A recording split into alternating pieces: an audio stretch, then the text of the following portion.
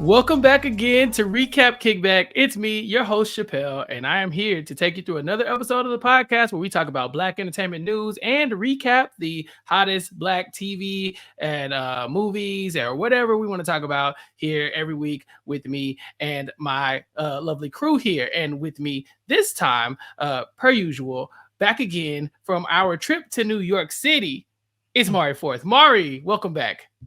Chappell, we're back. We're here. We're We back. made it. Back We're in on the person. side. Yes, we're doing spooky season. We're it's like fast, like leaving us. So we're trying to, like we said last week, where did spooky season? Where did October go? What is going on? So I'm glad we're back again to talk about some scary stuff. Yeah, last week we dropped a quick little podcast. We were talking about the 25 most essential Black horror films as per ranked by Rotten Tomatoes. We went in and reacted to them, so make sure you check out that video from last week. Speaking of horror, Mari, while we were in New York, we were meeting, we talking to people, blah, blah, blah. It was a blur. It was kind of a blur, but there was a moment where we came across our guest from today. She said, "Hey, I love Recap Kickback, and if you ever talk about horror, I'm your girl." And I said, "Okay, bet. We're talking about Horror Tuesday. See you soon." And so with us today, our special guest, cannot wait to introduce her. It's Kayla Fro. Kayla, welcome. What is up, Chappell? What is up, Mari? Thank you so much for having me on. I have been a huge fan of this podcast ever since episode 1. I've been here with y'all since the beginning. So it's an honor to be here today. And it's an honor to be here talking about one of my favorite movie genres ever, which is the horror genre. Yes. Yeah. So, as y'all know, we're going to start off with Black entertainment news, but of course, we are going to recap Mr. Crocket on Hulu. This will be our big spooky season movie of the month because, Mari's a spooky girl too, Kay, and it's crazy because you would think between Mari, Latanya, and Tyrone, all three of them raised in some type of graveyard or something, we would have had so much more spooky content. But we haven't been able to get one good spooky movie in. So thank you for joining us for this one. Of course, anytime. And we have, I would call it a very weird one to watch today. It was very odd. It was little things that I was not expecting to happen in the movie. But at the same time, it went kind of deep. There were a lot of like really serious topics that also I wasn't expecting to be explored. So I'm really excited to talk about that too. Exactly. And Kate, can you tell our audience who might not be familiar with you what you're a content creator. What content do you create? Sure. I am a YouTuber who mainly talks about reality TV content, mainly shows like Big Brother and Survivor. That has been my bread and butter so far, but I'm also super excited to talk about film too. This is so crazy, especially horror. See, Survivor brings us all together all the time. Look at always. that. It really does. No, I'm very excited for this, Kay. And if we have a good time here, of course, we have to have you back on later on to talk about other things since we know what your bread and butter is, but we got to get your opinions about everything. So make sure y'all go and check out Kay on YouTube at Kayla Fro, or on all other social media platforms, Twitter at KHALA_Fro, I believe, if I'm not mistaken. And so check that out. Make sure you keep up with all the stuff that Kay has going on because I have a feeling we're going to see a lot more of you moving forward. Hopefully, I have a feeling too. Yes. Okay. So thank you everybody for listening. Thank everybody for subscribing. We have been loving all of the feedback, all the content, all the comments and stuff that we've been getting from the listeners here has been positive. And it's really been reinforcing some of the stuff we've done. Mari, I don't know if you know this, but I think we're up to like 70 separate recordings here for Recap Kickback. It's been less than a year. Yeah. I mean, we've been churning out the content here between House of the Dragon and all the movie update, the countdown. We've done a little bit of it all. All of it. Dead's there. Yeah, we're doing it all here. You're a very hardworking man here. Look, I can't do it without my guest. Trust me, I thought about it and I was like, no, I can't talk to myself on the podcast. I can't figure it out. One day I'm gonna figure it out and it's gonna help a little bit. But for the most part, we've been listen, you're good here. You're good here. Now, the people would riot if I got rid of you, Mari. But we have so much stuff that we have to talk about. So I really do appreciate everybody who has come in and support and supported the podcast. So many people came up to us at the live event and said that they wanted to take a picture with the Recap Kickback crew. We got some cool photos and stuff. Make sure you check out our Instagram page where I'll post that. KU will be in, of course, some of the photos as well. And so everybody needs to just make sure to tune in, subscribe, recapkickback.com/subscribe, or if you're watching this on YouTube, recapkickback.com or youtube.com/@recapkickback. Hit that subscribe button, hit like on the video so other people can find it as we talk about today's entertainment news of the week. And so, I don't like to start off so morbid, but I think we do have to talk about a sad occurrence here, because the NAACP Image Award founder and actor Toni Vaz did pass away this last week, I believe, or a couple weeks ago, and I think they're just announcing it. On October 4th. She was an iconic stunt woman, apparently, according to this article here on BET Plus. But one of the founders of the NAACP Image Awards, Mari. Yes, and we've talked about it on here before. Like, it is really important to make space for ourselves. Like the NAACP Image Awards, we have some issues with them, but with the NAACP for sure, sure. But that aside, like, we need to uplift these awards and these shows that are giving our people their flowers, because if we don't do it, who's going to do it? And the NAACP has been doing a great job with their Image Awards, and I know people who receive them love to receive those awards. So it's a sad day, And she lived to be 101 years old, so that's always a blessing. But some of her credits on here are playing stunt double for Cicely Tyson, which is incredible if you really think about it. Eartha Kitt and many of other people. I think Tarzan is on here as a notable appearance that she has, and she's done a lot of stunt performance. I really didn't even know. Amazing. Yeah, because you never hear about Black people doing stunt work. Yeah. Kay, are you familiar with this icon here? Because I had never heard about her, and now I'm kind of sad that I haven't. Right. Yeah, me neither. This is my first time hearing about her, and unfortunately it's happening, after she's passed away. But at the same time, I'm really glad that y'all are bringing it up, because it's a really great chance to highlight Black people that are not only on screen and like the main actors and the main characters, but also the people that work more behind the scenes and in production too. Yeah. And as the article says, in 1967, she founded the NAACP Image Awards to honor and encourage greater representation of people in color and people of color in the music industry or in the entertainment industry as well. And that the first awards were held back way back at the Beverly Hilton's International Ballroom. And so this lady has paved the way for so many other people to get these awards and to get honored. And so again, we have to give people their flowers here on Recap Kickback. Shout out to her for obviously being a pioneer in the industry and for shining a light on stunt women, because I had no clue that this was a thing. And so very excited to find out much more about the stunt people as we move forward.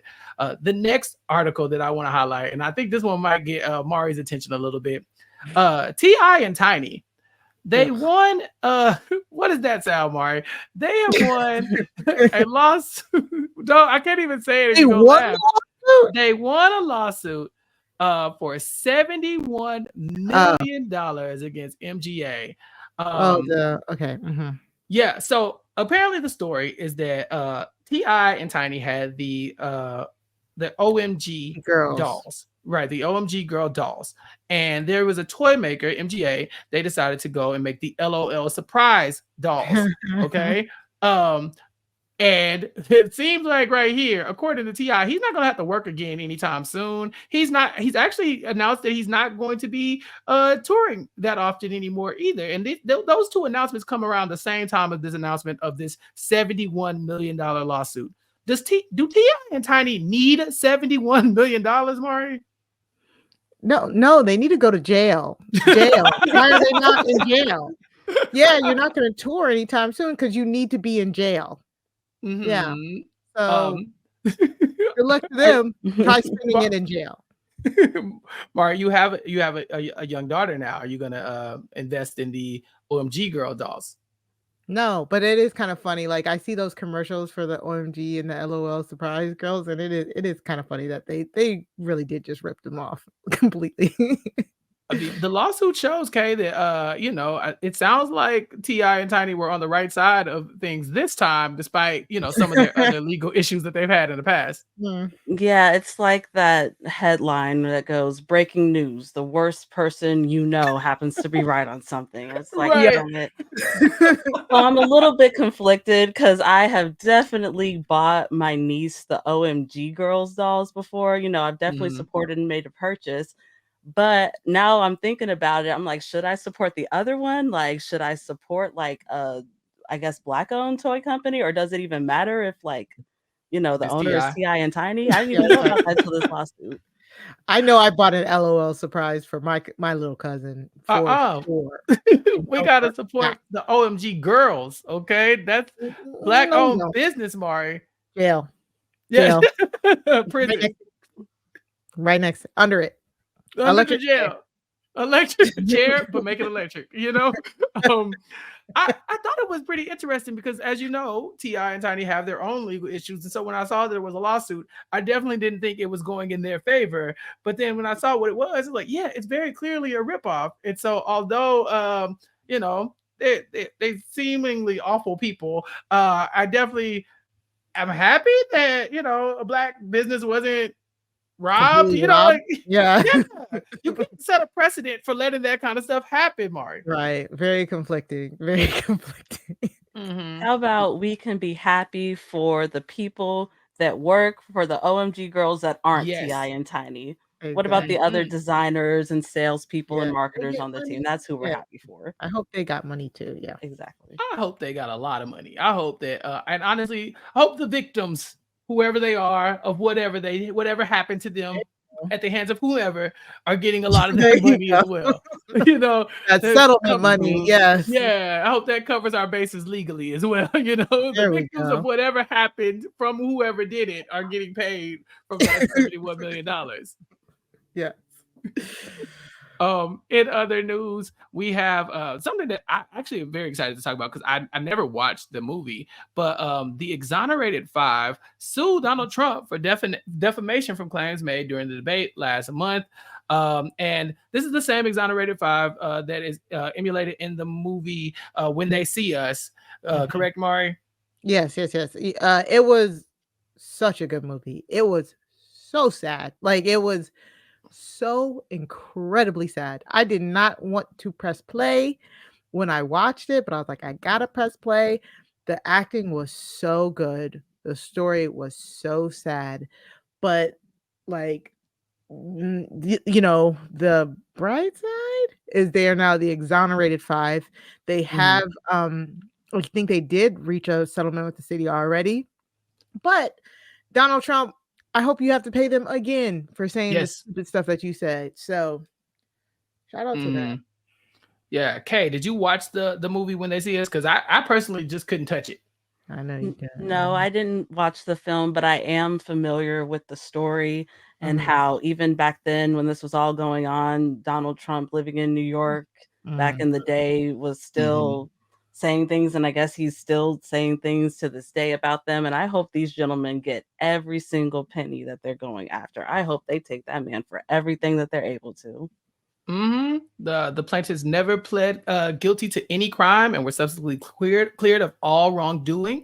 And so Donald Trump, pay that money. Also go to jail. I'm sure we can find space in jail right next to T.I. and Tiny if we need to. We are passing out go to jail cards left and right. Everybody, you go to jail. Not pass, you go to jail. Yeah, you go to jail. Everybody go to jail. But first, pay the victims. I think the Exonerated 5, they went through some unspeakable things at the hand of a criminal justice system that is broken. And then America went on and elected this man president after he said those awful things about these people. And so, it's where we live. It's what we got to deal with. But also, I think we should get retribution for those who can get it. And so hopefully they get this. I think it says they're seeking damages of more than $75,000 with the total amount of compensatory and punitive damages to be determined at trial. So $75K, I don't think that's high enough. Yeah, I think this is like a moral victory type thing, but they need to get all the money they can. I think that's what it sounds like to me. but also get all that money. And I know it's hard. I know it's a hard watch, but you guys really should watch it. It is really good. You think so? They got nominated for a few awards too, for sure. I remember that for sure. The acting was amazing, and then like it'll make you mad, like watching the prosecutor and the police like clearly frame these boys, but it was very eye-opening, very enlightening, very good. Oh, okay. It was a scripted film. It wasn't like a documentary or anything. Scripted. Jarrell Jerome played Corey Wise in it. Amazing performance. Samira Wiley's nephew. What's her name? Yeah, he looks just like her. Yeah, from you talking about Poussey. Poussey from Orange Is the New Black. Her nephew played one of them as well. It was so good. Like it was so good. And again, it goes down better when you know that they come out on the other end of it, you know. Yeah. Okay, I'll check it out. It's just I have that vision of Jarrell Jerome, like in my, like where he's I have that vision like seared into my memory just from the commercials. It's so sad. It's something that I just never wanted to experience. But at the same time, it's like fun. Yeah, it's not a fun story, but it is a story that needs to be told so people know what happened. You know, we're going to repeat the mistakes of the past if we don't actually know how people are making those mistakes, or at least how we're being taken advantage of by so many different, entities, even the criminal justice system, a shocker to some people, right? Honestly, like, I'm pretty sure Ava did that. Ava DuVernay did that. Yeah. And like, honestly, I would just watch it for tips on what not to do when you're around police. Like if you get in police custody, watch it for that at the very least. That's a tough pill to swallow for some people because the police have done a really good, like the propaganda machine for the police has been really good over the past few centuries. These are good people. Cops and robbers, all that kind of stuff. And to be honest, the reason why I watched it is because the lady who what's her name? I think Terry Hatcher played in it, the attorney, she hated it. She tried suing them for it. I was like, oh, you hate this? That means they made you look real bad. So I watched it. Yeah. And it was good. And they did. Okay. Just for that, I might have to go take a peek at it. Maybe is it something that you think we should talk about on Recap Kickback, Mari? Honestly, maybe. Yeah. Okay. Maybe I don't know. When is it ever a good time to be like, let's talk about that? Black History Month? When they get their money, when they win the lawsuit. When they win the lawsuit, we can watch it as a story of triumph, as opposed to a story of these people getting screwed over.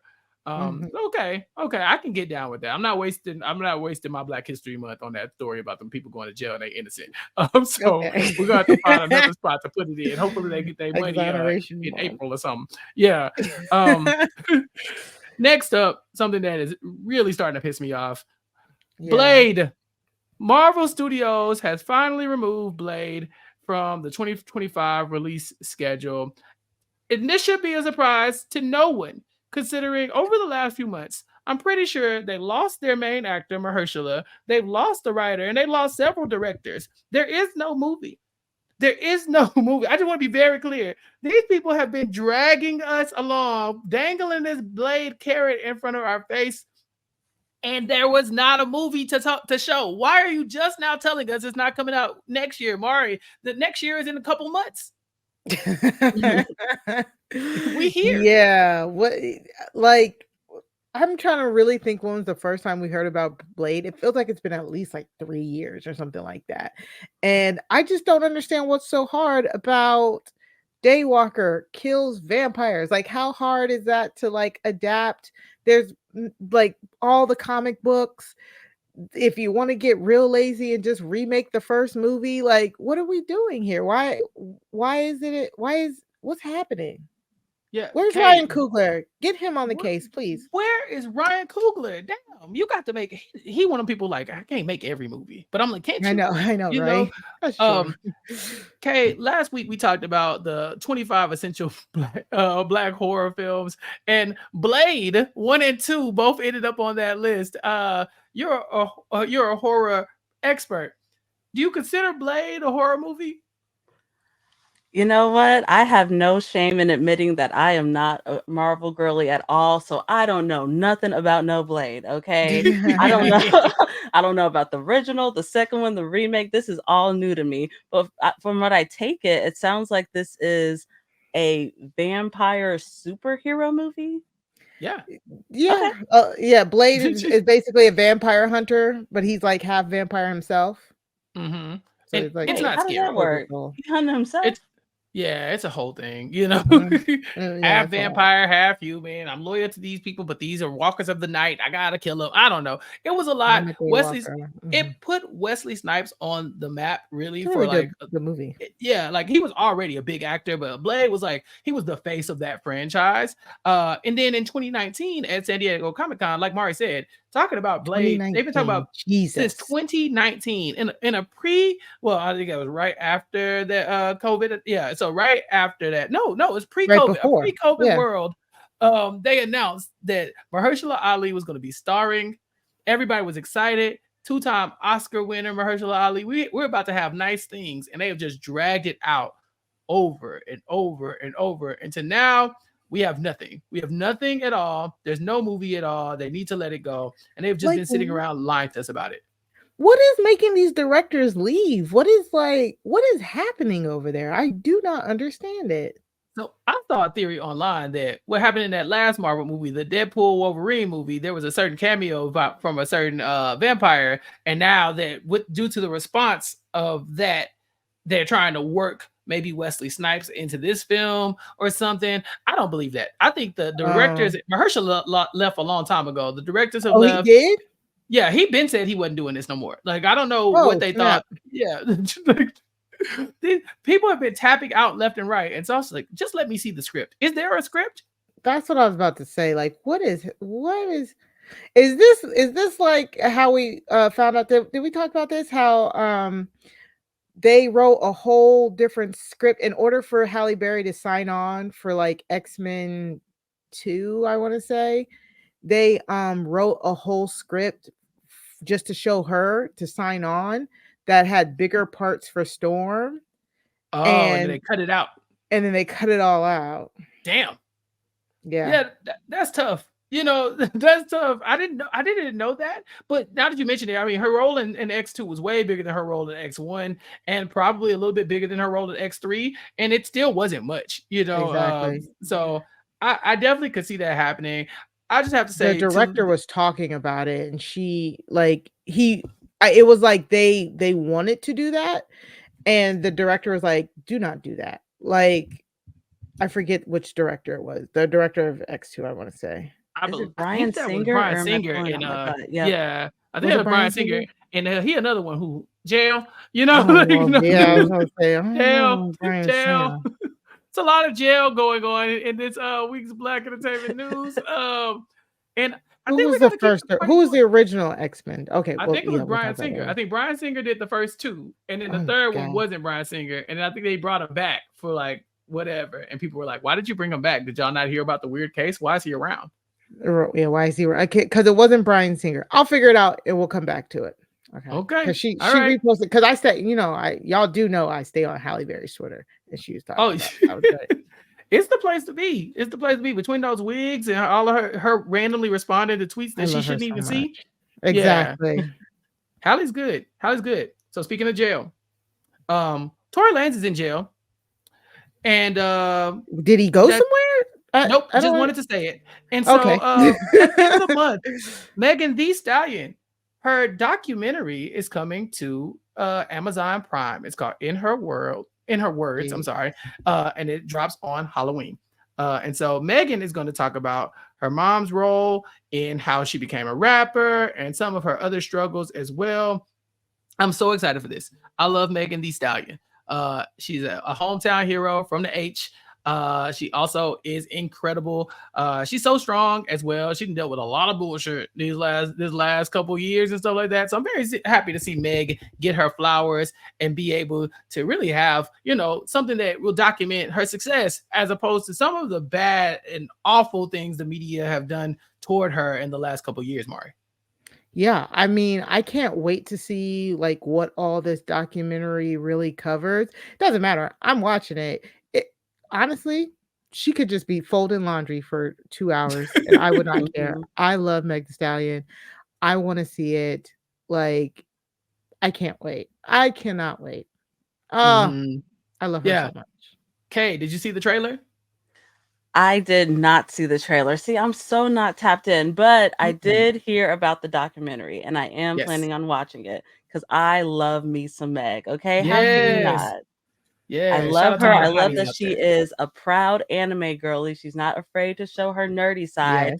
And I think Mhm. she's really inspirational, especially the fact that she has been able to find so much success and confidence and comfort within herself, especially after Mhm. losing a parent at a pretty young age. I think that's just really phenomenal.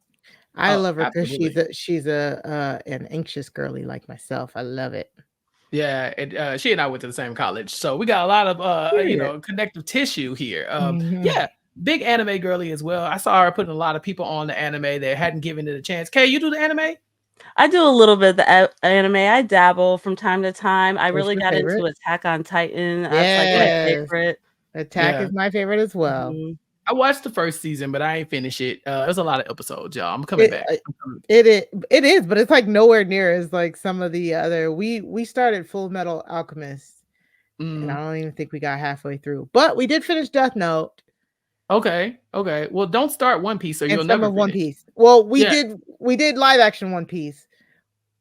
I had to tap out on cartoon One Piece, it's but never going to end. You could, what are you doing? I Like can't do that. them That people is just playing in too your much face. for me. Like, I don't Yeah, have the time, but it's amazing, but I don't have the time. I just Are don't they have the still yeah, time. making new One Piece episodes today? Yeah, I they believe Oh are. so. It's God. like 1,000 episodes, man. It's ridiculous. Yeah, and that sucks. Because why? But like, it's like you want I to watch it, I but at the wanna same watch time, it, but I do not have the time. Like who can? Who can? Um. Oh, and one last thing, I want to talk. I like to point out what they took from us as well because I don't like this. My little cousin used to brag on this show so much. Did y'all know that they canceled Moon Girl and Devil Dinosaur? My little Are cousin was you devastated. serious? Yeah. Oh my, So, okay, I know you you don't didn't do the have to say Marvel, that. but it's an animated series. It made me think about it because of the anime My conversation. son loves But it's an that show. animated series about a black girl and her dinosaur. And A it's very basically like smart a black Marvel girl. series. She's like a superhero, kind of. But my little cousin was devastated the other day. She said, "So it's not coming back." I said, my heart, my heart. Uh, um, Look at her with her fro and her glasses, man. They playing in I our face. I Oh bought my no. little sister the number 1 issue of Moon Girl and Devil Dinosaur, 9 years ago when it came out. It's sitting here Dang. somewhere in, like, a collector sleeve. Yeah. Executive produced by Lawrence Fishburne, who also, of course, voiced the Beyonder in there. It says season 2 recently concluded in August with the first half of the season, but there will be additional episodes to close the series off in 2025. And then that's it. 2 seasons and out. Marvel playing in our black faces again. So Honestly. it just sucks because I don't know about y'all, but we didn't have a lot of that growing up. You know what I'm saying? Like, I don't remember a lot of like, oh yeah, here's a big name. Like I think Static Shock was like the closest we Kinda got to like, shocked, hey, yeah. here's a black Mhm. guy that we kind of made up so y'all can have something, Yeah. I like the idea that they had the dinosaur and Moon Girl and my little cousin could look up to it and watch it and Yeah. whatever. Sad day. Sad day. It's a great But show. Also, it is. before I found it, it was Matthew Vaughn. Matthew Vaughn Oh, okay. quit directing X-Men: The Last Stand because Oh, because execs wrote scenes to trick Halle Berry into signing on for X-Men: The Last Stand. And she didn't know. She just found out because and she just said thank you. She said you just never know the shady shit going on behind your back. Thank you, Matthew Vaughn, for bringing the dark to the light. And that was the third movie, right? That was the third yeah. one. See, Yeah, that's because why that one was the worst out of all of them. And it was. yeah, Mhm. Yeah, it was. And that ends the they playing in our black ass faces segment of the episode. Right. Because Was what there are we doing anything here? good in that segment? Look, Black entertainment news ain't always sunshine and rainbows. You know, we're gonna get the Exonerated 5, gonna get their money. The people who work for T.I. and Tiny are probably gonna get some money as well. Gonna get some cool dolls for the girlies, you know. There's some silver lining there. But yeah, thanks for checking us out. If you only come here to listen to the Black Entertainment News, we'll be back next week to bring more of the Black Entertainment News of the week. If you see something that you want us to talk about, email us recapkickback@gmail.com and let us know what you think we should talk about, what you think we should cover, and then of course what's in the news that you think we should highlight. Mari, did you see anything else that popped out to you this week? Nope. I came in here, I was like, Blade bet. Like that's the one thing I knew we were gonna have to talk about. You know me so well. Yeah, I haven't even had the chance to check out our recommendations from Laura from last week because again, those were kind of dark recommendations. We were like, we don't want to watch this. She wanted us to watch the documentary about the I think it was like in 2020 there was still a segregated part of the United States. Oh, the prom, yes. Where the prom was segregated and all this stuff. Like, Lord, girl, we can't. I'm sorry, we can't. I still have not watched Bob and Abishola. Like I say things on this podcast that I immediately forget once I turn the microphone. That's fair because I haven't watched Southside yet either. But it's been busy. It's been a busy 2 weeks. Don't you roll your eyes at me? You haven't watched Bob Loves Abishola. What's it called? Bob Hearts Abishola. You haven't watched it yet. But we don't. But Southside is good. That's the difference. Okay. Kay, do you have any recommendations for us to talk about here on Recap Kickback, or something that you've watched that you think our Recap Kickback listeners would be interested in? No. Yes. Love it. Listen, I don't have nothing. Look, Big Brother is just ending for me now, y'all. So my free time is just now open. I'm excited to watch everything y'all recommend. So I am putting not X3 on my list, but I'll put When They See Us on my list. And hey, I mean, not to spoil Big Brother, and if you're listening to this, it's a Big Brother spoiler, so cover your ears. We got some Black entertainment news over there, Kay. Oh, sure did. Tell us about our new winner. I am very happy to announce that ever since CBS decided to open up their casting department and, force themselves to cast at least 50% BIPOC players on their shows, we have gotten a BIPOC winner of Big Brother, spoiler alert, every single season since then. We got Xavier, and then we got Taylor, then we got Jag, and now we have Chelsie Baham as our new winner of Big Brother 26. Yes. So happy for Chelsie. And I think what makes her win even more historical is I love just seeing a different style of gameplay. Like Taylor was able to win her way, which like Chelsie was able to win her way. I loved it. I love it. And it goes to show you, like, when you have a more diverse cast, more people get a chance to win, So yeah, I saw a lot of people talking about ranking the Big Brother contestants' games and things of that nature, but it's almost like you can't rank them the same, because if you look at all the Black players in the past on these shows, it would be one per season, or two per season, or one who hasn't even seen the show, and then another one who's like would have probably stood a chance if they hadn't been automatically tied to the other Black person or something like that. And so now that we've had our CBS initiative for different, diversity in casting and behind the scenes, we've been able to have some conversations that you probably wouldn't see on reality TV in the past. We've had a lot of winners that, like you said, BIPOC winners across the board pretty much since that change. And you could even look as far as Survivor, even with a lot of those winners as well, that you just weren't getting them like that. And so now it feels like anybody has a chance. And I really appreciate Chelsea's game. And I love that she won in such a fashion that people got to talk about it, not just as a winner, but as a dominant winner, Kay. That's what I really like. Absolutely. And it got to the point where towards the past couple weeks of the show, I couldn't see anybody else but Chelsie winning. Like, she had such a clear path to the end, and she was able to put herself in a position where it would be damn near impossible for anybody to take her out. Not because they shouldn't take her out, it's because they didn't even know that she was that much of a threat to be taken out in the first place. It's amazing. Just the nuanced conversations that she was able to have with people like Mackenzie and Cam, the way she was able to like slither her way in and out of all these relationships and conversations, it really was something to watch.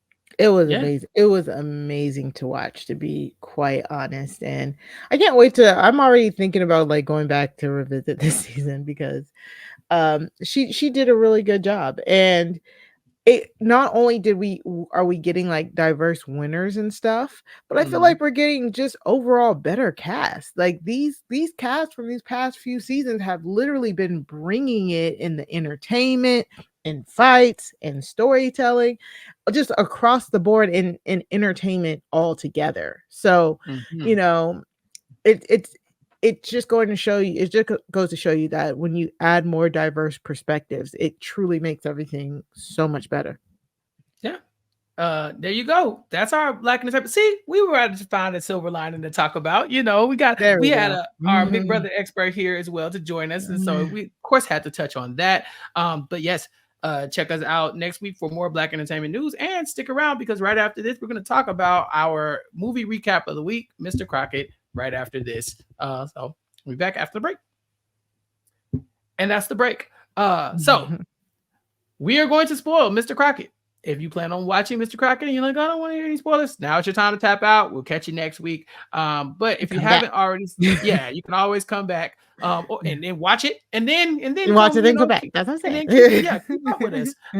But Mr. Crocket, our Hulu movie of the week, it's basically like I guess the quickest way I can sum it up is that you have like a television host who might be a demon who is kidnapping kids, and we have Stephanie Edwards from Grey's Anatomy having to deal with that. That's it? Respect on Jerrika Hinton's name, sir. Listen, I love her, but I can't unsee it. I'm like, look, they played in Stephanie Edwards' face on Grey's Anatomy, Mari. They did, but the moment she was on screen, I was like, "You get it, Jerrika." The whole time. Yeah. So we have a haunted TV host, very much in the Mr. Rogers vein. The kids are drawn to watching it for some reason. It's just this eerie thing that's making the kids watch it, and then the kids are coming up missing. The parents don't know what to do because a lot of times, they're dying or they're seeing their kid get snatched through the TV screen, and who's going to believe anybody who sees something like that happen? And so the movie, I thought, it was different. You know, I think that I wouldn't call it scary. I don't think it was scary. And I don't even know if it was maybe even an adult movie. It felt like one of those movies that you could show maybe like teenagers a little bit, but the language is kind of dark too. So I didn't feel like this was like something that was like horror scary, but definitely like kind of weird and twisty. That's how I felt. Yeah, I would consider it more of a dark comedy either. Okay. Because there were definitely some parts, especially with Mr. Crockett's character, that were supposed to be scary, but just the way he had that big smile on his face and the way that he was acting, it came across as a little bit funny to me. But at the same time, I'm not a child who is, alone in their house, and I'm not a parent. So I knew that I didn't, he didn't have the smoke for me. So I wasn't afraid of Mr. Crocket, but I did really think that the acting was really good. I thought that it had some really like dark and heavy themes just about child abuse and growing up with shit parents, let's just call it. And so even though there was some very light elements, I thought it was balanced out really well with the darker parts of the story. Mari, is this going to end up on our 25 most essential Black horror movie list on Rotten Tomatoes next time they do the list? Absolutely not. But okay. It was very entertaining though. I'm one of those people. I like all horror save for one franchise, and I'm not gonna say I don't know if I'll say it on here because I don't want people taunting me. But hold on. Go on. You already know. So if you don't remember, that's on you. Oh, I remember. But you gotta say it for the listeners. I'm not saying it for nobody. So for me, I like horror. I can do your thrillers that make you think. Your I can do exorcisms. exorcisms are fine. I'll do those as well. Mhm. The really scary ones, a la like Insidious or whatever. Mhm. Um, Conjurings, love those. Saws, love those. So this to me though is B movie, like B movie territory. It's Okay. like we're not taking ourselves seriously, so you shouldn't really take us seriously. Movie like, and we get this a lot. We can get this a lot with like black horror movies. This reminds me of. Did you guys see Bad Hair on Hulu? I remember Like Bad Hair. yeah, Yes. from like 4 years ago during the Yeah. pandemic. Same thing. Like my horror does not have to always be smart and or scary to me. Mhm. If it's just B movie gags, whatever, I'm here for it because I'm gonna make it interesting because I'm going to yell at the screen. I am Yeah. gonna be like, girl, you didn't see that coming? I've been see Mhm. that coming. What are you do? Don't go in there. So Yeah. it doesn't matter to me. I will make it fun. So I definitely agree with Kay. This was not it wasn't scary. It was like campy. It was campy horror. That's what it Yep. is. Like that campy B movie horror. And I love right off the bat. I'm like, okay, lessons, parables, Mhm. morals of the story. As a parent, Mhm. I immediately like the themes of like breaking generational trauma and generational cycles immediately jumped out at me. Just in the first scene where a stepfather of a boy, when we're first introduced to Mr. Crockett, is trying to get him to like eat his food and it's forcing him to sit at the table, eat food, whatever. I'm pretty sure I've said it on. Who knows? We've not. If it's not this podcast, it's been. We've been We done a talking lot. to each We've been in other the for a trenches. long time. Yeah. Um, but like that stuff that we happened to us as kids that adults didn't think was traumatizing. Meanwhile, like I was forced to sit at a table and eat beans for 3 to 4 hours that I just sat there and cried the whole time. Guess what? Guess who Mhm. still doesn't eat beans as an adult today? Me. Right. Nothing Like it's changed. like Mhm. what did we do here? Like we were traumatized as kids, and I love that like Mr. Crockett is like, oh, I'm here to save the kids, like, and so when you're first introduced to him, he comes out, he essentially what we think because we don't even get to see it really, which sucks. Mhm. Really, like we saw it, but not really saw it. But anyways, he kills the kid's stepfather because he's like, "Oh, you didn't like to be force fed either. Like that doesn't that doesn't help." So it was just like a lot of moral of like, "Oh, don't beat your kids" type thing when it first starts. And you're like, "Oh, okay, this is cool." So he's like saving the kids, and then as it goes along, it's like, "Oh no, this is getting dark and twisty." Okay, all right, cool. I like it. I liked it. I like the progression of the story, even though Yeah. I had it clocked by like 30 minutes in. Okay. All right. Yeah, let's talk about it. So that's Mhm. your brief overview of Yeah, Mr. sorry. Crockett. No. I think we Mhm, should draw the line there before we start to spoil everything. mhm. Starring Elvis, Nolasco, Jerrika, Hinton, as well as Summer. Check it out. If you like it, let us know in the comments. Hey, I liked it. I didn't like it. I was scared. I Mhm. wasn't scared. Personally, I'm not a scary movie guy, so this was right up my alley. I was like, this is normal. This is fine. This is fine. This is But check it out. fine. Yeah, and let us know what you think before we get into our spoilers. Now, we're about to talk about the spoilers because I want to say something. Like, if you're watching this on YouTube, you probably see my little lower third here. It says, Major was the problem. That little boy was bad as hell. Okay, let me tell you something. At no point was I ever in support of Summer going and finding her child. I said, when he left, Kay, I said, hey, he's gone. Protect your peace, mama. This is your exit. The boy got bad vibes, and nobody could tell me different. Same. Look, this might be a little controversial, but I'm also team F them kids, F okay? them kids. And the problem with Major is, as soon as I figured out his name, I was like, oh, Major stands for major pain in the ass because Right. my God, this boy was a lot. And you know what? At first, I was going to give him a little grace because, it seemed like he was maybe going through some grief because his father passed away. But then when that nosy auntie came up and was like, oh, you need to be giving that boy a whooping. That's why he be acting like that, blah, blah, blah, blah. I'm like, oh, maybe he's just, had behavioral issues this whole time. And so that's when, I started to give Major a little less grace. Mari, your quote says gentle parenting works. Yes. Did it work for Major? Well, this is a fictional story here. As somebody who tries to practice gentle parenting, I say gentle parenting because that's the word that kind of triggers people, but that's not what it really is. It's positive discipline, conscious parenting and stuff like that. So like, even I had a woosah watching this movie a few times. I was like, I still like that the directors, like the father dying clearly is an impetus to the misbehavior. Like in conscious parenting, the key thing is misbehavior is trying to communicate an unmet need. You know what I'm saying? And Major was more than likely acting out because his father died. He's going through his father passing away. He can't be what, more than 8, 7, 8 here, you think? Yeah. And I just felt bad because I don't even know Jerrika Hinton's Summer. Yes. I was like, I don't even know. I was calling her Jerrika the whole time.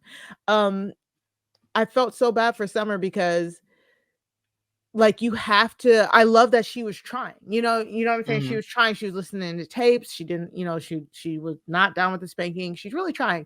And it truly is like conscious parenting takes longer. It takes longer in the short term because you're trying to do things that the crux of it is you're trying to give your kids the tools to work through their emotions and everything for themselves so that they can know how to confront emotions, work through them, and make decisions for themselves. And whatever those decisions that they make, they have to be able to live with the consequences of those decisions. So it's not about not removing boundaries or anything. It's about clearly setting boundaries and then teaching your kid how to deal with the consequences if they cross those boundaries. So it's so much harder. It is way easier to hit your kid and say, shut up and sit down. But did that teach them anything? No. So it's like, and I've said it on here before. It's just like, do you want that immediate like obedience mixed with fear? Or do you want to actually teach your kids something that will stick with them and make them a better person in the long run? And it's so hard because you have to be emotionally regulated yourself. Yeah. And that's very hard to do when we were hit and told to down. You know what I'm saying? So when Summer just like loses it for like 2 seconds and tells him I'm out, I was like, girl, I feel you. Like I feel you. And that's the point where a lot of us get to if we're not working on ourselves first, you know what I'm saying? And like excusing yourself before you get to that area. You cannot, if you cannot teach emotional regulation if you can't emotionally regulate yourself. So yeah, so I loved seeing this like in a scary movie. Like the best types of scary movies are ones that are doing social commentary, and this had lots and lots of social commentary in it, and I liked it. I thought it was great. I did it. Goofiness aside, it was so weird because it had a lot of gore, but then not enough to me. Okay. You know what I'm saying? Go on.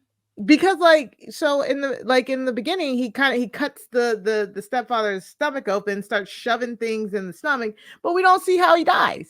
Like we don't see how a lot of these people die, like the parents specifically.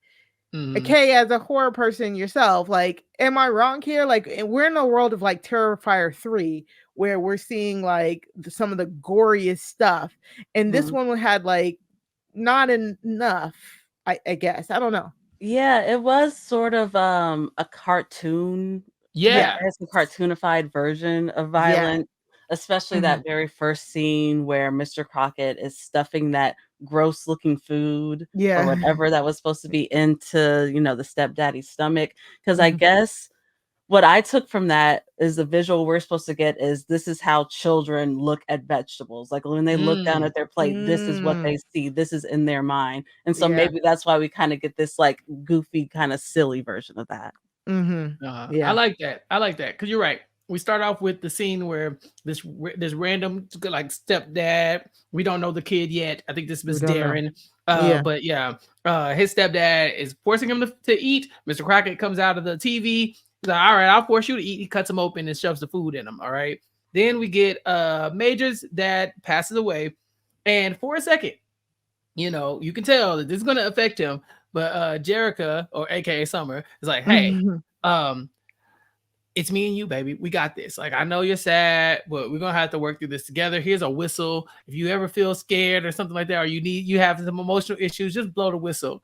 And then they hit us with the Uno reverse because his little ass is bad. He does not stop acting a fool ever. At any point, am I ever like, maybe he just going to leave his ass there with Mr. Crocket. Okay, I was done. I was over it.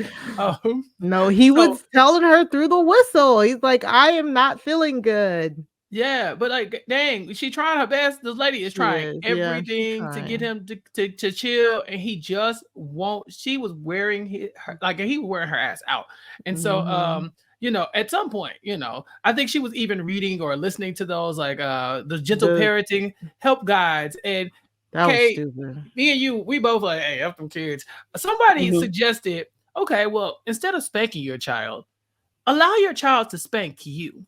That was dumb. That's not a tenet of conscious parenting.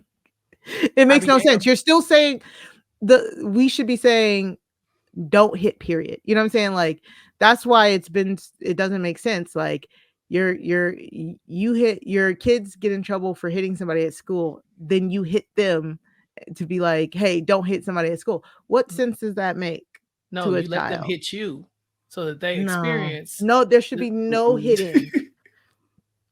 And it definitely didn't make any black ass sense to Summer, because notice how she swiftly turned that shit off. She was like, nope, all right, I'm done with this shit. It didn't make sense, period. Yeah. She said, y'all done lost y'all mind. So she goes out to the mailbox and she finds the movie just strategically placed in her mailbox for no reason. This is just in there. She didn't ask no questions. She was just like, please sit down and watch the movie.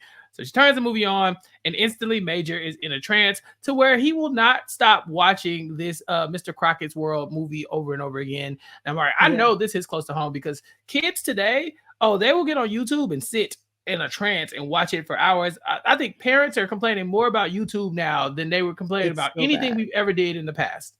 It's so bad. We've had to remove YouTube from JJ's like phone and tablet and stuff like 8 times. It's so bad because it's like they'll start on stuff that's kid appropriate, but YouTube's algorithm fucking sucks. So it'll show them stuff that is not appropriate for kids that use kid images. So 1 minute he's watching something appropriate, then you look up and you're like, what is this? Why are cartoon characters cussing?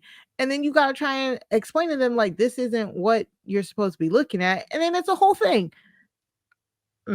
Yeah.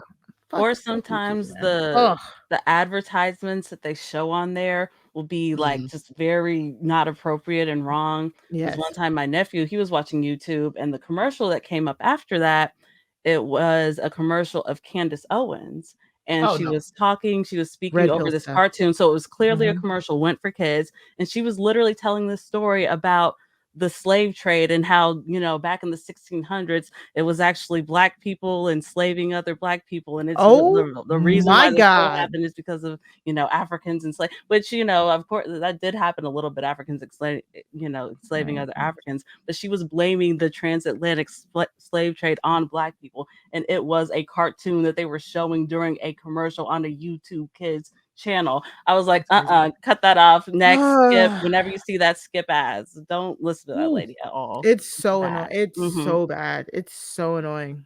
Yeah. And you can tell this had him in a trance, because if as bad as he was, Summer was like, you gotta turn that off. That kid had been sitting there for days straight just watching that. Just in a trance. And at some point, the media will start to shape the way your kids see the world. So obviously she tries to shut it down. And it doesn't go well. And Mr. Crocket is also waging war on the rest of the community of these quote unquote bad parents. We will find another parent who I think the parent looks like he's on heroin, or at the very least an alcoholic or drunk. And he had Mr. a Crockett needle shut in this his down. arm. Like, Yeah, what is this? there was Talk like about over the top. there was like So camp. High drag. yeah, there was like a needle in his arm. There was like heroin just like and like crack sprinkled on the nightstand. Like, so it was like, okay, this person is doing drugs. And so Mr. Crocket had to come out of the TV and save him. And I think it was this actually, I shouldn't have laughed at this, but it was kind of funny to me. This man looks like he should have a gun in his hand at all times. It took him a long time before he decided, I need to shoot Mr. Crocket. He's like, Mr. What are you doing in my house? I'm like, shoot him. Yeah. So we kind of see Mr. Crockett's MO, right? He finds these parents who have failed their sacred duty as a parent, and he's here to teach them a lesson. He ends up freezing the guy in one place and doing like this magic stuff. It was all bad. Mr. Crockett's out here killing folks, but that's his thing, right? He finds the parents that cannot control their kids or that are abusive to their kids, and he shuts it down. And sadly for Summer, she does have her meltdown, Mari, and so Mr. Crocket now has attention on her. Yeah, he like kills the parents in some cases, and then he takes the kids. And Summer, like we said, when Summer tries to turn the Mr. Crocket off, Major throws a tantrum. Happens all the time.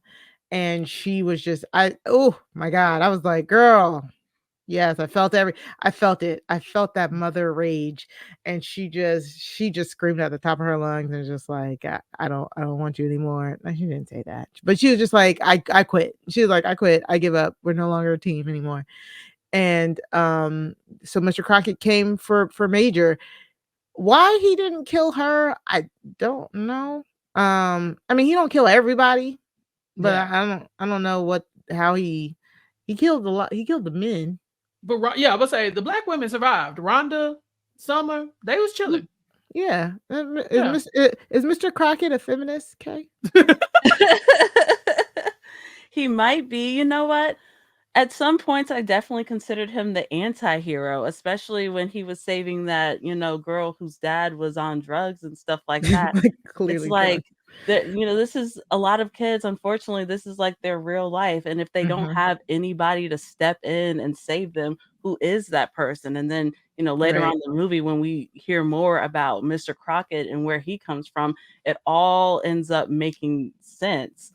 And so I don't know. Part of me kind of wants to stand Mr. Crocket a little bit, right? Like just a little bit. Well, give these moms a break. I don't know.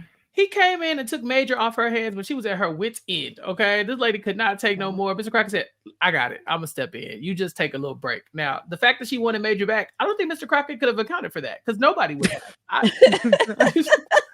He's like, "Damn girl, I thought you was gonna be okay with this." You know what I'm saying? I'm doing us a favor here. So she goes to the cops, of course, and they think she's a psycho, and they think that the kid, hey, if he got kidnapped, good for him because this lady's crazy. They said, "Oh, another runaway." Makes sense. At 8? An 8-year-old runaway? Yeah, but do y'all jobs. Damn. She thought the TV was talking, Mari. But an 8-year-old runaway. If I was 8 years old and my mama started thinking the TV was talking to her and then somebody came out of it, I'd leave. There was definitely some racism going on from those police because they assumed that she was a junkie. They called her a junkie and they were like, that's why the kid ran away. So it's just a lot of assumptions going on. But to be fair, it's like she did break her own TV and then say that her kid walked through the walls by the guy, from the television station. So it's like, I do kind of get it. And this was 94, right? We kind of skipped that. Yeah, this was in 1994. So like, right. This is the first time I've seen a VCR on television in a long time, and they're popping that VHS in, and I'm like, oh, are we doing this? So Mr. Crocket has his team of kids that he's been kidnapping and leaving these parents in disarray. So Summer's on the lookout. She's trying to find anybody who can help her. There's some missing child signs up, and she ends up finding another black woman. I can't remember her name. What was her name? I can't remember. What was her name? It'll come to me in a second. Well, before that, she did the, well, because she found out other kids were missing.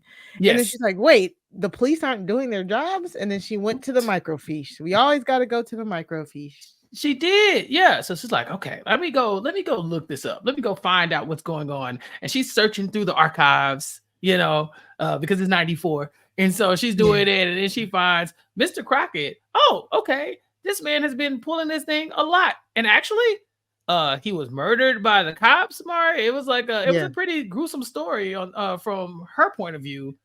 But, yes. So first she saw like articles of like other kids going missing, just kids going missing, can't find these kids are missing. Then she saw an article from 1979 where Crocket, he was a like a children's host at the time. They said that he had abducted a boy, and the police found him and shot him and killed him, and that the boy was sent back home. And then she gets attacked by him in the microfiche library area. Yeah. But I just want to ask Kay, I mean, did this not give you flashbacks of it? Yes, especially the fact that they were going in the library looking for all the information. That's like a classic horror trope. Any movie that takes place before the dawn of the internet, you always have that scene where you're going looking through the archives trying to find out what's up with the killer. We've seen it done a million times before, but it's always a fun one. And then just like in the original It, we had Mr. Crocket sort of show up in the library on the TV. And one thing I liked about this movie is that there were some, stereotypes that it just, that just never came true. Like, for example, a lot of time, in the horror movies, us Black folks, we're like, hey, get away, run away. As soon as something sketchy happens, we're out of there. But our lead character, she sees Mr. Crocket creepily on this TV. She knows something's weird, and he tells her, come closer to the screen, and her dumb ass just does it. She actually goes up and walks closer to him. Like, what are you doing?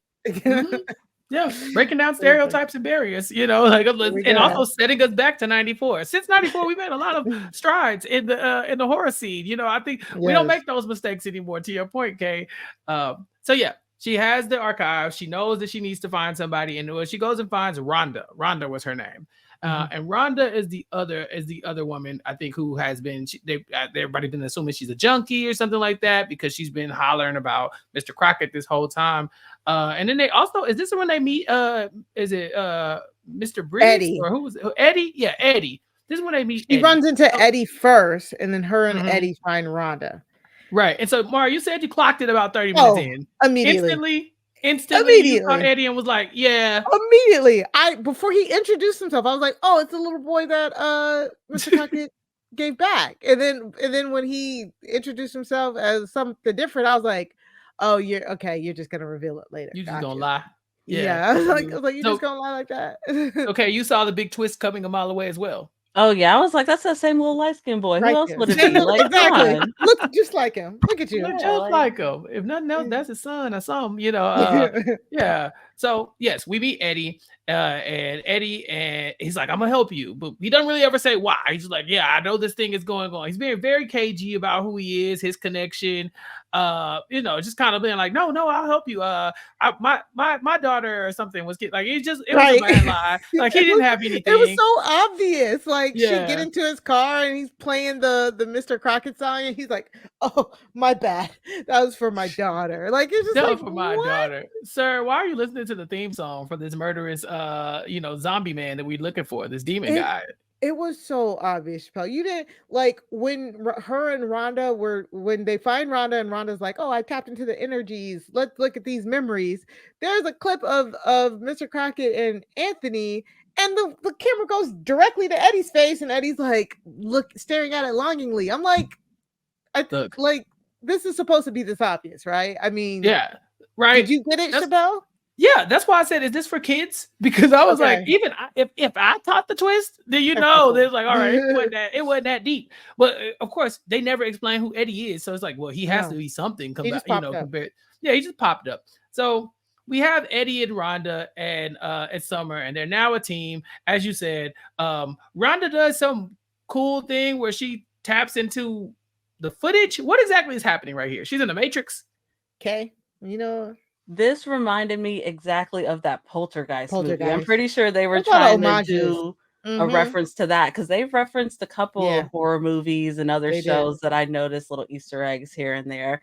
Yeah, I don't know what her thing was. My thing is, how is she able to get all these equipment and TVs Yeah. and stuff? Like, Yeah, it's like she, taking it, which, I feel do what you got to do. You know what I mean? If you Yeah. got to loot, your no kid, judgment here. whatever. But she's not in a house. Yeah, you're right. She's living in like a pillow fort outside. Yeah. But how is she's taking somebody's electricity is what she's doing. Hey, I ain't mad at her. Bills is high. Run that extension cord if you need to. I don't high. care. Listen, we didn't back when I was Yeah. growing up, we had to run the extension cord across the backyard one time or something. We had some dark days. That'll keep the lights on for sure.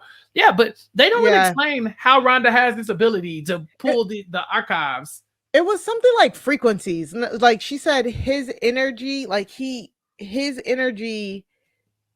it's like he possessed the frequencies of the TV, and she tapped into that frequency. So tapping into that frequency was tapping into his mind. So when she was showing it to him, she was showing them like stuff from his mind, and then he attacked them, right? And then that's how they were able to get to his dimension, I believe. Well, they found the location of his lair or something like that when they were doing the frequencies. Okay, yeah. Oh, no. They found his next victim. Where his next victim. Yes, where his next victim was going to be. Mm-hmm. Look at that, Black women in STEM. Just right. So yeah, so they end up going to Mr. Crocket, finding themselves eventually cornered in his lair, and he has this pet, like sidekick dragon monster. What is it? It was Buffalo. Blue Bison or something. Blue. It was blue. Yeah. But he was like Blue Bison. But he wasn't just like but he was like a vicious thing. You know what I'm saying? Like, I'm trying to paint a picture for the people who didn't watch it. He had a lot of teeth, smart. Yeah, I mean, the closest I can say is for like wrestling fans. It was literally like the Firefly Funhouse, where like it's the cute puppets, then it's the bad looking puppets. Like, oh, you know what? It's like kind of like a Pee-wee's Playhouse, but if everything was a demon, like the clock is talking, the couch is eating people. The couch was eating people. Yeah, there's a lot of that going on. But very cartoony, like Kay said. It's not overtly scary, but if you're a kid, or if you kind of like, if you put yourself in this cartoonish world, then that is your monster, right? It's the scary I like stuff. That it seemed very what's the word? Practical. Did that seem like practical effects to you, Kay? Yeah. It reminded me of like animatronics a little bit, like Five Nights at Freddy's, that sort of theme that's been going on now. That's a good example too. I love that aesthetic.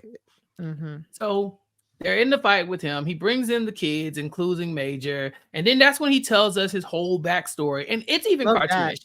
Yeah, we get the animated version of his backstory, and he's kind of like your favorite thing, Mari, the unreliable narrator, where he's telling the story, but the vision that we're seeing is totally different. He's like, yeah, so I was abused, and then I grew up, and I got really, really strong, and then I made sure my dad couldn't abuse me anymore because he killed him, right? He murdered him. Yes. Right, exactly. And so then he made sure the cops didn't find out, but he also made it his calling to be a good parent and protect the abused, just like he was abused. So he grows up, he has this children's show because he wants to show the kids, like, I could be the father figure for you or the parent figure for you so that you don't have to deal with this the sadness in your life. But then he meets a boy with sad eyes, baby Anthony. And Anthony, he offered Anthony a place to stay. He said, you can come stay with me. Now, while he's saying offered a place to stay, I'm thinking, you kidnapped that little boy. You kidnapped that little boy. Then the cops found out. They come over, they kick in the door, and he wasn't quite ready to let Anthony go. So he stopped the cops by diving at them and then just stabbing and stabbing and stabbing and stabbing. I'm sorry. I know it's dark, but I kind of like this part of the movie. The animated part made it really fun, despite the dark tones. But he kills the cops, and then they kill him too. He gets shot, as the archive said. But this is where it gets good, Kay. He sold his soul to the devil so that he can make sure that he can take care of these kids. I don't know, man. We might need to stand. See, he's an anti-hero. Come on. He's not Well, that bad. no, we're gonna keep going, but keep going. No, come Yep. on. It was just a little deal with the devil. It wasn't even a It's big just a one, you little, know a what I mean? Just a small little deal. bit. Yeah, he's just Guys, a the cowboy. deal with the devil is not the part, it's the pedophilia. Oh yeah, that part. Oh. Yeah. Yeah. Well, we'll talk about it, Mari. Yeah. Well, okay. So after we get his story, Eddie jumps out. He's like, "It's me, Mr. It's Crockett. me. It's I'm me. Anthony. I want to stay here with I'm you. back. You Yeah. you're the only person who loves me." And so this is the part where I was like, I clocked everything. So I was like, okay, so maybe then Anthony will say, here, I'll stay here with you, let these kids go. And I was like, okay, and that's how it end. But when Eddie/Anthony was like, I loved it here. I want to stay here with you. This is my home now. Mr. Crocker was like, you're not Anthony. You're an old bitter man. And I was like, oh, here's the pedophilia. It's confirmed. He doesn't like him anymore because he's not a kid anymore. This is they're saying the quiet part out loud now because the minute he's like, you're not a kid anymore. I don't want you. And Anthony's like, no, stop it. I want to stay here with you. And Mr. Crockett's like, no, you can't. And then he kills him. I was like, oh, well, the bison killed him or whatever. And I was like, oh yeah. I was like, it's confirmed. He's a pedophile, guys. He's a pedophile. He doesn't care about the children. Well, I definitely didn't pick up that he was touching on the kids. I definitely just thought he kind of was like in his like pedophile in his own weird way, just like obsessed with children. Like I was like, is he, I didn't, poor Anthony, but also like get away from the Mr. Crockett, but also, keep Major, but don't touch him. Like it's a hard balance. Keep Major, but don't touch him. Major is bad, but also you don't need to, don't touch him. But I didn't pick up that he was a pedophile, Mari. That to me, that's what that signifies. Because if you lose interest in that person once they're grown up, that's textbook.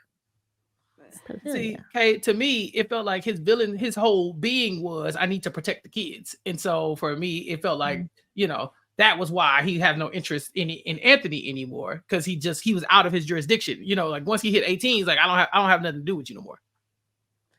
Yeah, like that's what I was thinking too. But then now that Mari's talking, I'm like, oh no, I regret everything that I said so far. Oh no. Because he's an unreliable narrator as well, right? Like we know he gonna lie because we saw it happening in the real time. We're seeing the story play out in front of us. Yeah, he needed a home, so I gave him a home. He really wanted to come live with me, so I went to go. He had side eye, so I went to go pick him up. We can't trust nothing that Mr. Crockett is saying. So I wouldn't write it out. Like if you tell me that he's a pedophile, I'm not gonna be like, no, he was. I'm like, well, shit, I missed it. Like, yeah. Write in the comments. What do you think? Yeah. Because he definitely does turn his back on Anthony very quickly.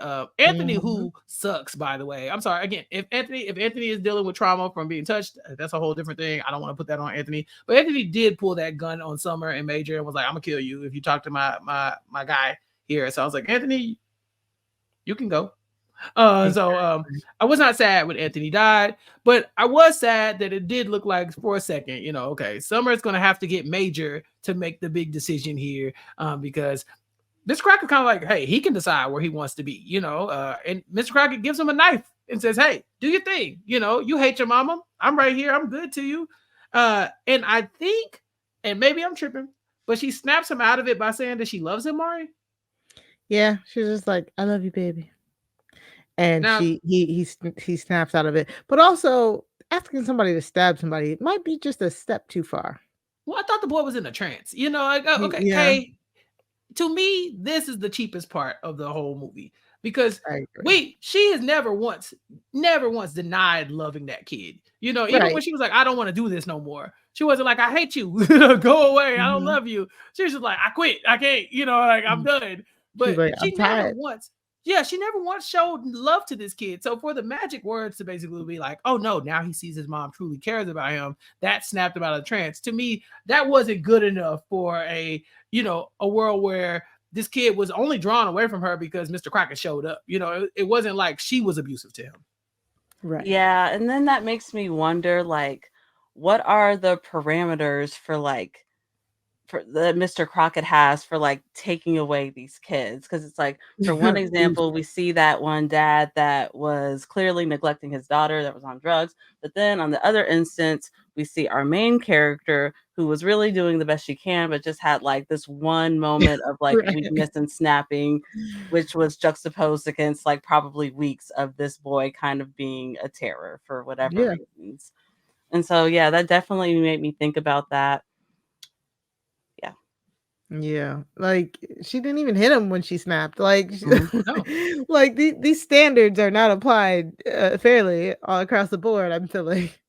Yeah, and Mr. Crocket gave Major the knife because, you know, that's how Mr. Crocket killed his dad. You know, that's the knife was his like weapon of choice, and so he's thinking, okay, like this will make things okay.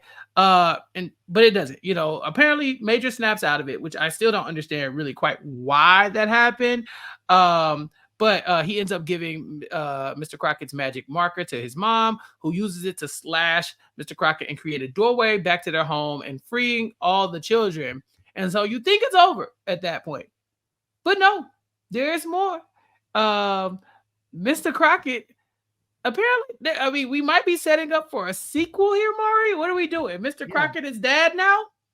I don't know. This was creepy, but I was like, okay, I'm not mad at it. So you're seeing a montage of Summer and I just dropped something. I thought I was like, oh my God, it's too late at night here. I know. Ignore me. Yeah. So you're thinking like, oh, okay, the montage, the end montage. They're playing football. It looks like everything's doing great. You're all good. And then it's kind of the was this an homage to The Omen, maybe, Kay? I think so. Yeah, where it's like the teacher is talking to Summer and she's like, well, you know, he's not doing too well in school. He's a danger to the staff. He has authority issues. Everybody's mad at the new guy you're dating. Why did y'all just assume she's dating somebody? Like I don't know, but I get it. I guess it's like the whole mom dad thing. He's drawing these pictures, but like it's juxtaposed with the teacher talking to Summer about Major's behavioral issues at school, to him creepily drawing a picture with himself, her, and Mr. Crocket labeled as dad. And then at the end we see he still has the magic marker. And you know, again, this is where you are, Chappell. It really is coming off like, oh, Major is the problem. He's the problem. We go through all of this, Kay, and then the teacher says, you know, Major kind of violent, right? And I'm like, again? Right. Fucking again, you know. Which brings me back to the point where at the very beginning of the movie, when that nosy auntie was like, you need to give that boy a weapon, blah, blah, blah, blah. I'm like, maybe he was like, you know, kind of a problem before. Maybe he just has, you know, his own behavioral problems. Yeah. And it looks like they ain't going nowhere. She needs to pay for him to be in football. He needs to run a few laps. Run it out. And by football, I mean boot camp. What's that and man by who boot used to camp, we mean therapy. Right. Look, you can do all of those things, okay? Okay, you can do all those things. You know, Kay, am I tripping? But was it The Ring where they had another little kid scribbling all the time, where he was like drawing like his dead cousin or something like that? Like, little kids drawing is also a scary movie trope, right? Oh yeah, that's a classic. Because I can think of it. I know The Ring was one of them for sure. I think The Orphan is another one where the kid is drawing. I'm pretty sure the kid drew like the pictures of like the Insidious demon on the wall and Insidious. Sinister. Yeah. No, Sinister. It was Sinister. Sinister. Oh, okay.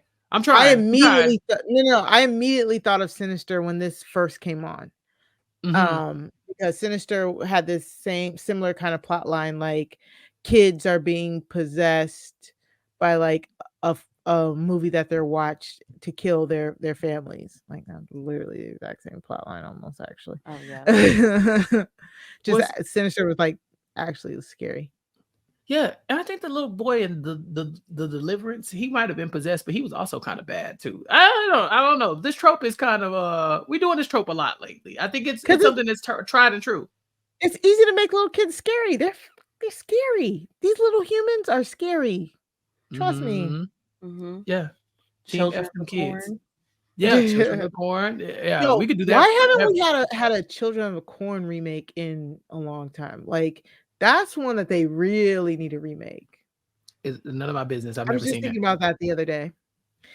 It's about these little blonde hair, blue eyed, See, white kids none of my that business. terrorize a town. None- It's good. Didn't they make like 4 or 5 of those movies They did. originally? They did. They made like 4 or 5 of them like in the like late 80s, early 90s or mid 90s or something like that. But they haven't touched Mhm. it in like over 20 years, which is I'm like, where are the rights tied up somewhere? Like, why haven't they made a Children of the Corn remake? Maybe maybe it's white supremacy. Maybe they Maybe don't it's want also blonde hair, maybe they blue don't want eyes. to touch Okay. me. Yeah, we won't touch Yeah. that again. But that wraps up our recap of Mr. Crocket. Kay, what did you think about the movie overall? Now we talked it through. How do you feel? Would you recommend this to people? I would recommend this movie, but I'd recommend this with an asterisk. I'd Okay. recommend it, but I'd still give it a 5 out of 10 at the end of the day. I thought the Okay. acting was really good. Shout out, especially to the actor that played Mr. Crocket. I thought his creepy smiles were pretty effective. It's just the storyline itself and the plot wasn't the most original thing out there. This movie was really easy to clock from the jump. It was pretty obvious that Mr. Crocket had been through his own traumas in childhood, and that's why he was doing all this. The plot twist with Anthony was really easy to clock too. So a lot of the stuff in there was pretty predictable, but overall, I would give this movie points for the acting and the prop design and the set design, especially. Hey, yeah, it was good. Visually appealing. Like I said, I think Pee-wee's Playhouse every time I think about it, because it was just like, you got two different worlds. You got 94 and then you got Crockett Land, right? And it's demonic, but it's also kind of cartoonish. And although it's not the most original take on anything we've seen, I liked it. It didn't piss me off. So, I'd probably recommend it to people as well. But not if for people who don't really like scary movies, I'd say this is probably, something that's palatable. Nothing that's going to have you, I don't think anybody will lose any sleep over this, Mari. Yeah, you're not going to be scared. Like I tried not we to get watch Regina this. to watch this. No, No, she okay. won't like this. Regina's not gonna like this one. She don't like it. I tried not to watch it around JJ, but I had to, and I kept telling him, I was like, turn around, and he's like, oh. He kept peeking. I'm like, okay, Yeah. if you have bad dreams, it's your fault. But no, it's an easy watch. It's not scary at all. I really liked it for what it's worth. If you watch it with somebody, like it's fun, like date night, Netflix and chill or whatever type thing. And it's fun if you're like a horror person who likes to watch, like, shout out to all my people who are on day 22 of watching a scary movie every day type thing. It's one of the ones, like, it is fun. It could slot right in there anywhere. But if you want something that's kind of along the same lines as this, like playing with time, talking about trauma, but actually being scary, them on Prime is really, really good. I've recommended it here at least 8 times. We said we were gonna. I watched it. Chappell has not. It's fine. I watched it this summer, waiting on you to come back. I watched what was it? It's several seasons, right? Because I watched the first season. Why did you watch the first season? We're just talking about the second season. I told you to watch the second season. It's an anthology series. Them is an anthology series. And the first season I did not watch because it felt like it was trying to be like a get out. Oh, yeah, Them the Scare, right? With Luke James. I watched the second season. I watched. So we watched all of it. Yeah, we just didn't talk about it. Yeah, we didn't talk about it because it was like, because I was like, are we gonna talk about this? And you were like, no, and I was like, all right, cool. No, I said House yes, of the Dragon had started. House of the Dragon had started. We had other things to do. We did. So Them the Scare is actually very, very good. Very scary. Have you seen that, Kay? I have. I've seen the second season. I haven't seen the first one. Yeah. Did you like it? Yes, loved it. Luke James killed it. He killed it. Like, honestly, if you're looking for something scarier, it is. How many episodes was it? Like 6, 8, or 6? It wasn't a lot. I think it was 8 episodes. 8. Okay, yeah. That was good. That was good. So, yeah, go check that out. Yeah. And there was apparently a Children of the Corn remake in 2020. Who knew? Well, we missed it. COVID didn't happen. It happened, and then nothing else happened around COVID. Like that was the big thing, and everything else was just a blur. Yeah, it didn't. It's because it didn't get a theatrical release. That's why it basically went straight to Shudder. It's a dark time in the movie industry. Yeah. We almost didn't come back from it, but we had a good time talking about this movie, and we had a good time with Kay. Kay, thank you so much for joining us. Please plug yourself. Tell everybody where you can find you, and of course, come back soon to talk about whatever else you want to talk about. Of course. I am happy to come back anytime to talk about whatever. I've had such a blast talking with y'all today. If anybody else is interested in more specifically reality TV content, please check me out on YouTube at Kayla Fro. That is KAYLAFRO. Yes, Kay is making the good content over there on YouTube, and so we must support our Black content creators. We must, follow on all social media, as you can see here on our YouTube page. We got that up for you. But of course, we're going to be looking for more reality TV content from Kay. But again, Kay has an open invitation to come back and join us here on Recap Kickback whenever you're ready, because there's so much Black content out. And I only got Mari once a week. So if you want to come on for like a midweek thing, the doors are always open, because I don't want to miss nothing. When we don't want to look back and be like, remember that one thing that we should have talked about, like them to scare, so, if you got time for us, Kay, you're always welcome. Of course. And Mari, what do you have going on these days? So me and Sarah Carradine, we're over on the true crime podcast Crime Scene, where we review true crime documentaries and docuseries. You can go to crimescenepod.com in order to subscribe. You can also follow us on all social media at Crime Scene Pod. That's SEEN pod. You can also what or put in Crime Scene on any podcast, your podcatcher of choice, Apple, Spotify, whatever. We're everywhere. Thank you. You're welcome. I am like the third chair for the Married at First Sight podcast over here on Rob Has a Podcast, the Perfect Match podcast with Asia and Jason. I'll be dipping in and out of the season. We did the premiere for Married at First Sight, season 18. Wow, already 18 seasons. Crazy. And it was so fun. We actually got a wedding in the first episode. We feel like that hadn't happened in years. It feels like Lifetime already teased a couple swap and a cheating scandal this season on Married at First Sight. So we'll be covering it all season. I'll be, like I said, I'll be tagging along with Jason and Asia whenever I get a chance. And you can go to the Love at First Sight feed over on Rob Has a website.com/Love at First Sight. And you can subscribe anywhere where you can get your Perfect Match podcast. So, all right. Thank you. It. Oh, and on Twitter at Mari Talks Too Much on Twitter, 2 like the number 2. 2 like the number 2, y'all. And of course, you can catch me here on Recap Kickback. That's all. I've been doing a lot of plugs lately, and I decided I'm gonna just start plugging Recap Kickback. Y'all gonna find out about the other plugs in the other shows organically, I'm sure. But here on Recap Kickback, we got Abbott Elementary coverage with me and Gia every other week. So we should have episodes 2 and 3 out for you this week. And then we have The Walking Dead coverage with AJ Mass, Jessica Leese, and Josh Wigler. I think we're 2 episodes away from the end of The Walking Dead, Daryl Dixon season 2, The Book of Carol. So check that out. They're doing some wild stuff over there in the Walking Dead universe. And of course, every week here on Recap Kickback, we got Black entertainment news coming for you and different recaps of different shows and movies as well with our various guests. And we got some good guests coming. AJ told me that he wants to come talk about some stuff. I think people have been suggesting Reasonable Doubt as a show that we need to watch as well. Oh yeah, I heard Mari. I'm hearing good things about it. I think we late to the party. I think they're already season 2. So let us know if you have any suggestions. Let us know what you want to hear. Yeah. You know how we get down here. We'll go pop in at the third season of the show.